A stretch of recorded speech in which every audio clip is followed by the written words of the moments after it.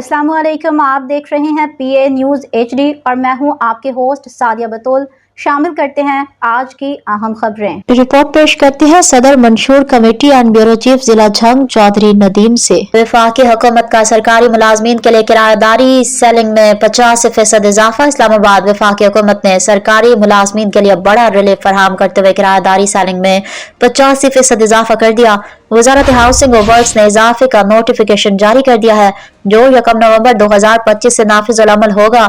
वजारत housing के तर्जुमान के मुताबिक नए किराएदारी सेलिंग की शरह फाइनेंस डिवीजन के मशावरत से तय की गई है और इसका इतलाक वफाकी हुकूमत के तमाम मुलाजमीन BS 1-22 पर होगा।